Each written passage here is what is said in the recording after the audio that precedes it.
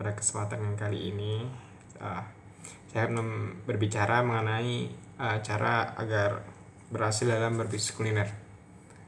Ada beberapa langkah yang perlu diperhatikan, yaitu pilihlah kuliner yang paling banyak diminati oleh masyarakat Indonesia atau masyarakat yang kita berjualan di tempat itu.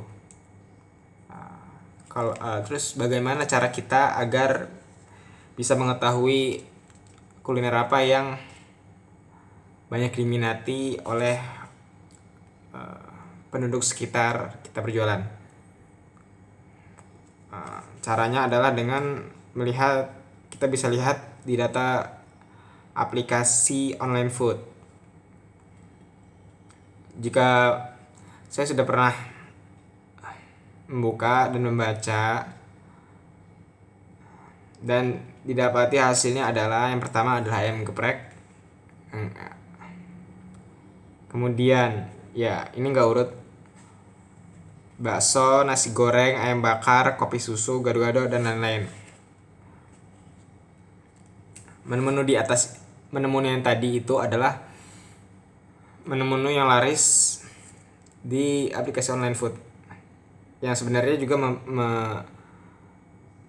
merepresentasikan bahwa itu adalah menu-menu yang paling banyak diminati oleh masyarakat kita. Nah, implikasinya apa jika kita memilih menu di luar dari menu-menu yang disebutkan di atas? Maka contoh seperti rawon. Mungkin kita dapati bahwa ada pengusaha yang tetap berjualan dengan PD-nya berjualan rawon. Contohnya di Jakarta. Ya sebenarnya nggak salah, tapi dalam kacamata keilmuan kurang tepat, karena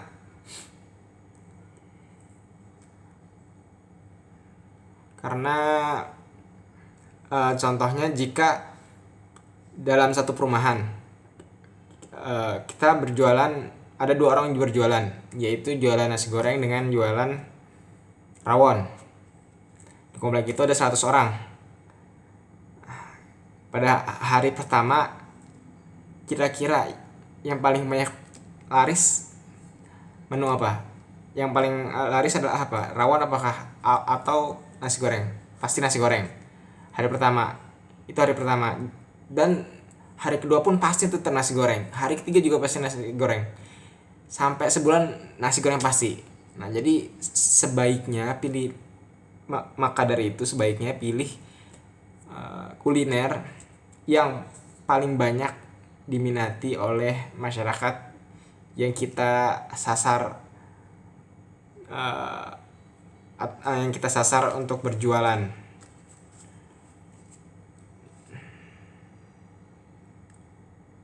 Nah, cara yang kedua adalah buat inovasi dalam menawarkan produk. Kenapa perlu inovasi? Karena agar orang tersebut ingin mencobai menu kita dalam menu yang kita tawarkan. Contohnya saya ambil contoh bisnis yang terdahulu yang sukses dalam launching produk mereka atau dalam memasuki pasar ketika mereka mulai berjualan. Contohnya adalah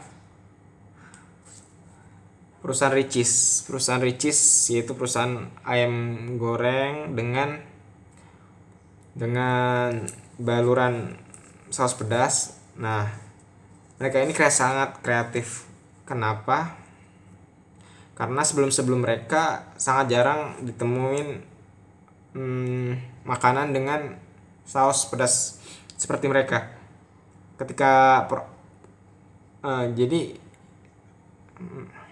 Jadi pas juga di pasar juga emang masyarakat juga anak-anak muda terutama sangat menyenangi apa yang mereka tawarkan sehingga produk mereka booming. Nah yang kedua ayam geprek. Contohnya ayam bensu, padahal sebelumnya kan nggak ada yang namanya ayam geprek, walaupun ada mungkin belum populer. Nah bensu dengan menawarkan ayam geprek, maka jualan mereka eh, maka sebenarnya bensu bisa saja berjualan seperti Sabana, bisa saja berjualan seperti McDonald, seperti KFC, tapi ternyata mereka melakukan inovasi yaitu ayam geprek tersebut, dan akhirnya mereka sukses hingga bisa memiliki banyak cabang, mungkin ada 10-an. Kemudian ada juga Pizza Orange banyak cabangnya, mungkin ada puluhan juga di Indonesia. Mereka menawarkan inovasi dalam membuat martabak dengan aneka topping dalam satu loyang martabak, dan ini sebelumnya belum pernah ada mungkin ya. Terus Pizza Orange menawarkan menu tersebut dalam menu mereka sehingga produk mereka banyak digemarin, dan mereka sukses dalam bisnisnya. Terus ada dessert box by Najla.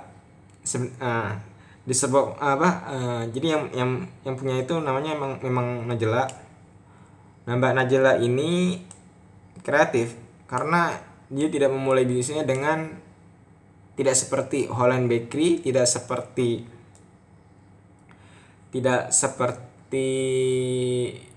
roti lau, tidak seperti roti umum bakery umum pada umumnya gitu, sehingga masyarakat ingin mencoba produk mereka, dan akhirnya banyak yang suka sehingga banyak juga cabangnya, dan Disebok by Najla ini termasuk yang sukses dalam bisnisnya. Nah, dan yang ada juga Roti Boy. Roti Boy juga banyak cabangnya karena mereka melakukan inovasi dalam produknya. Roti Boy mereka tidak menawarkan hanya roti saja dengan varian yang biasa dijual kayak Holland Bakery atau roti-roti lainnya, tapi menawarkan varian baru yaitu roti dengan topping kopi. Nah ini mereka sangat sukses dalam menjalankan bisnisnya mereka. Sebenarnya ada satu lagi yaitu Summer Mini Bar. Summer Mini Bar ini saya juga suka banget dengan konsep mereka karena sangat out of the box mungkin. Karena mereka menawarkan burger dengan burger itu terkenal junk food, tapi mereka menawarkan burger yang diet dengan versi dietnya, dan akhirnya penjualan mereka dan cabangnya ternyata banyak juga, mungkin ada belasan. Nah yang ketiga, bagaimana cara agar bisnis kuliner itu sukses, yaitu membuat tampilan restoran yang menarik. Nah, jika kita perhatikan McDonald, Burger King, Pizza Hut, KFC, nggak ada tampilannya yang biasa-biasa aja. Pasti kebanyakan mereka, pasti semuanya menampilkan restoran yang sangat eye-catching, sangat powerful, sangat jor-joran. Apa jadi seandainya mereka hanya tampilannya seperti warteg, mungkin nggak akan seperti ini, tidak akan seperti kesuksesan mereka saat ini. Karena pada prinsipnya ketika secara naluri ya, orang itu akan menilai makanan itu enak enggaknya dimulai dari melihat restorannya.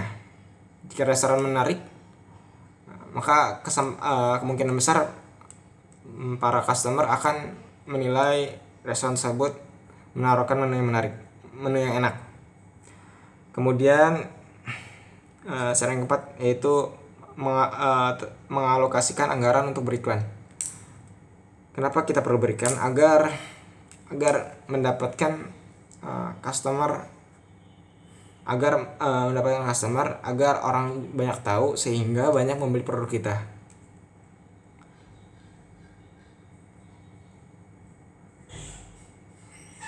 Terus yang kelima adalah terus melakukan inovasi produk.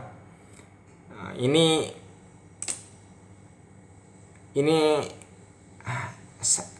terutama ketika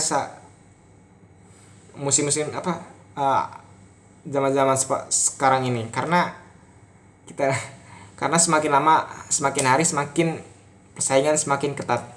Jika tidak melakukan inovasi, maka dikhawatirkan akan terkalahkan oleh pesaing bisnis lainnya. Nah, saya ambilkan contoh dalam bisnis kopi dan minuman. Nah, ada haus, ada kopi kenangan, janji jiwa, kopi lain hati, banyak kopi lainnya.